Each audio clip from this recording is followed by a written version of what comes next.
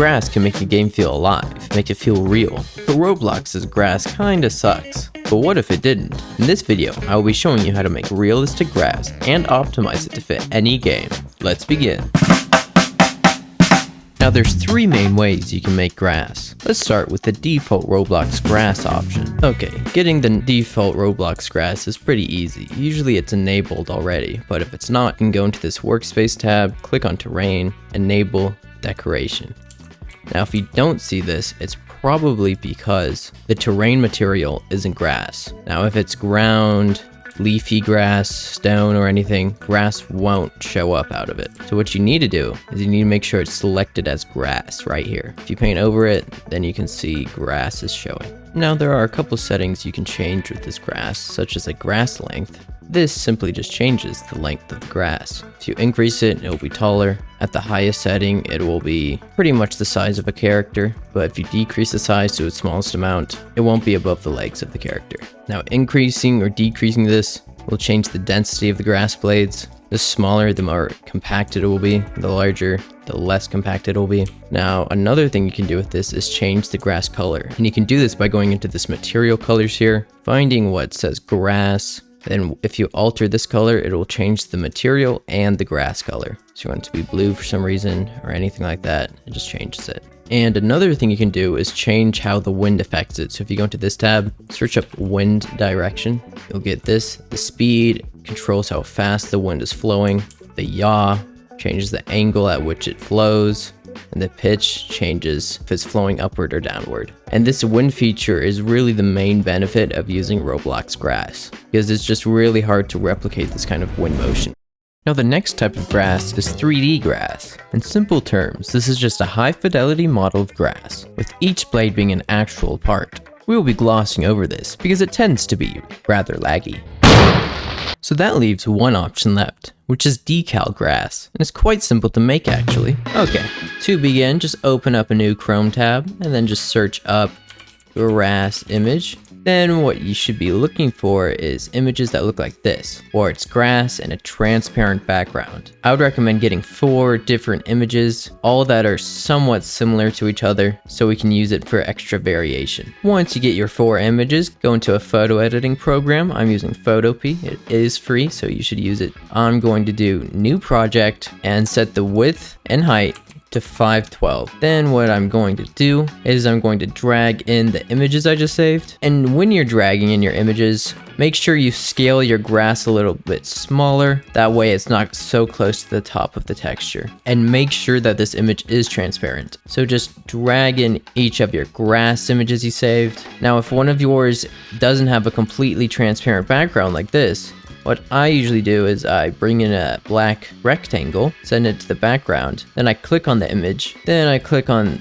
this little search icon, then I type in alpha and select color to alpha, then I set this color right here to white, and I decrease this opacity threshold just until you start seeing little bits of white right here. So I think 75 works. Then increase this transparency threshold a little bit, just so there's nothing in the background. I'd say around 20% works. And you can just go back and tweak these a little bit more if you need. Then when you're done with that, make sure the transparency works. Here it's a little too transparent, so you can just go back here and tweak it a little bit more. And if there's adequate room next to the image, you can always scale it up a little bit. Then once you have your 4 images all done and ready to go, you can just export them out from Photopea and just save it, and then we'll go into Blender. If you wanted to spare some time and not go through this hassle, then you should join my Discord server and pick up some of my pre-made grass assets for free. And while I have your attention, if you found this video or one of my other tutorials helpful, then consider helping me reach my goal of 10,000 subscribers by the end of the year. Also, if you're on mobile, I think there's a hype button that helps this video in the algorithm some way, so maybe try that. Okay, back to the video. Now, once you're in Blender, you can press Shift A to bring up this menu, go into Mesh, add in a plane,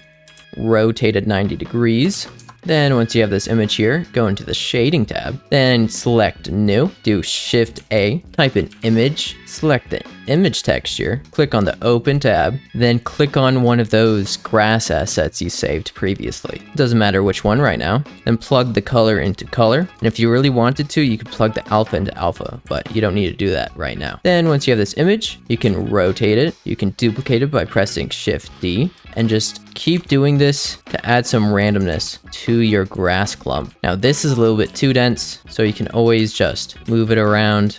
You can press A to view everything at once. That highlights everything. It just helps viewing a little bit more. So just spread this out a little bit, make it even. And once you have a grass clump that looks adequate, once you have something that looks good, what I recommend doing is selecting all of these and selecting the top edge and just bringing it across slightly. This will add some more depth and won't make it look flat when viewing from above. So just drag these randomly across, just fill it in a little bit. And then once you have something that looks like this, you're doing pretty good. Next, what you want to do is randomly scale these. So just select random planes and size them a little bit differently. You don't want any really small because that'll just look weird, and yeah. So just scale them randomly. And another tip you can do is go right up to here, select the snapping icon, and make sure it's selected on edge. Then when you drag it, you can snap everything down to the same edge so everything's even. Select all of them, then click on one of the center ones and do Ctrl J to join them as one model. And that's the main way you make Decal Grass.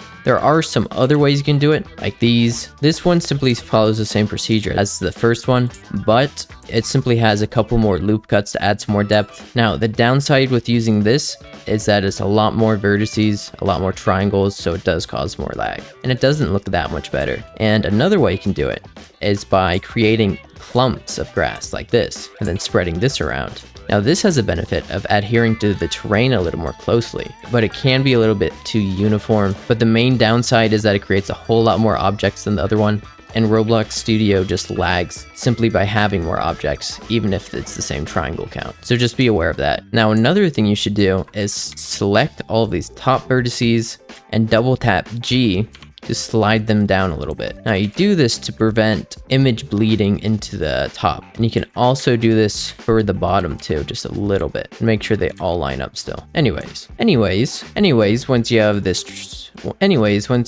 clump finished, once you have this object finished, you should select it, go into File, Export, FBX, and just save it as something you'll remember. Then make sure you do Limit to Selected Objects, Export FBX. Then you can go into Roblox Studio. Okay, once you get into Roblox Studio, you should go into the Home tab and press Import. Find the model you just saved, then just simply import it. Now if it imports and it's way too large, you can simply just scale it down and make sure you name it something you'll remember. Go into the mesh and select double-sided. This way you can actually see it. Then go into the render fidelity, set this to performance, set the can collide to false, set the can query to false, set the can touch to false, set the audio can collide to false, set the collision fidelity to box. This just helps with performance. Then what you want to do is just make sure it's the right size. Then go into the mesh plane, add in a surface appearance, click on the color map and add in one of the textures you saved. Once you do this, set the alpha mode to transparency, and then it should be basically finished. Now another thing you should do is adding in a normal map. Now in order to do this, go back into Google and search up normal map generator. I recommend using this GitHub one. We'll select one of the textures you created, and I recommend setting the strength to 0.5 and the blur sharp to -1. Then just download that normal texture and add it in here. And this will simply just add in just a little bit more depth to it. So yeah, now you can just duplicate this model, go into the surface appearance and change the color map to each new texture you created, and just repeat the process.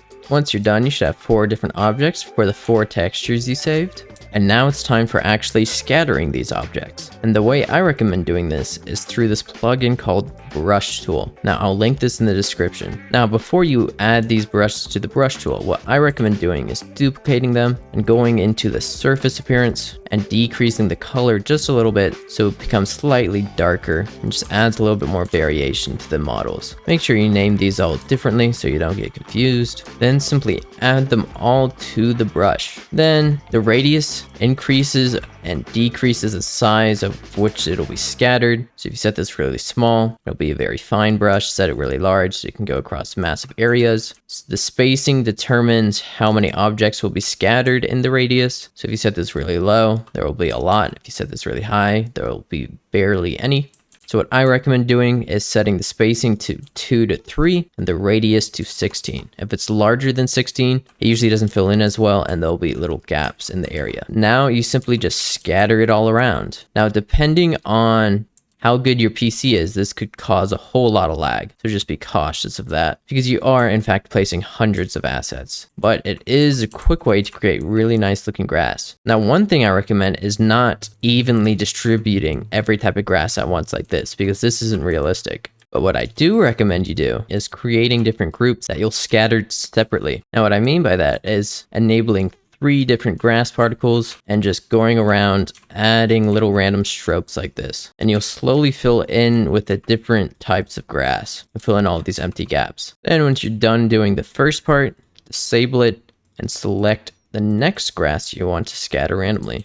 You just want to fill in all of these little gaps, and then finally go in with your last little selection and fill in every little last gap. And by doing this, you just create natural little spots where different vegetation grows, which does reflect real life more closely. And that's the basics of creating nice grass in Roblox.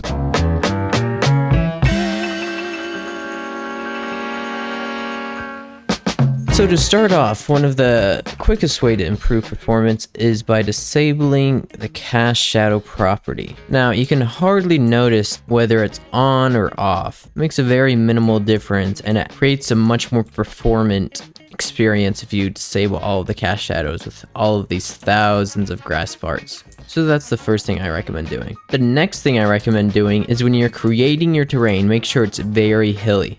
Now the reason for this is because Roblox has a built-in occlusion culling feature. And that means if I just go into wireframe, all the objects hidden behind something are automatically removed from the scene. So if you naturally have a very hilly scene, then objects will be hidden automatically. So if you have a very flat scene, you'll be able to see all of the parts, which will be very laggy. But if you have a very hilly scene, everything behind will be deleted. That's just a quick way to optimize and have it just a more interesting looking scene. Now the next thing you can do is adding in different objects into the scene that will also take advantage of this occlusion culling feature. So like with the hills, if you have a simple object in front of something, it will delete everything that's behind it. Now good examples of this are trees and buildings. So if you have a very thick forest, a lot of those trees will cover up a decent amount of grass. And of course with buildings, they take up a whole lot of space, so everything behind them will be culled out. So while it might be nice to have an open field, it'll be better to spread random objects throughout it, just to increase performance a little bit. Now another way to increase performance is using the streaming function built into Roblox. Now what this means is that around the character, it will stream in items in a set radius. So the larger this number, the further things will render. And the smaller this number, the closer it will be to the character. So if you, for instance, set this to like 300 and then test it real quick. So as you can see here, only objects that are 300 studs away from me are loaded in. And when I walk around, you'll see things start to be streamed in. It's a little bit glitchy right now. That's another way to increase performance. But I personally wouldn't tweak this that much. I would just leave it at what it was before. Now ultimately, having this many objects will cause lag. And it's really up to you to determine how many parts and objects you want in your scene. You can always decrease the density while brushing the grass around, and that will help with lag quite a lot, but it is just a give and take. You have to decide how large you want the scene to be and if you want grass over every single part. Now, this entire scene is only a million triangles, which in, the grand scheme of things isn't that much. It's only 30 draw calls as well. So just be aware of that. Yeah,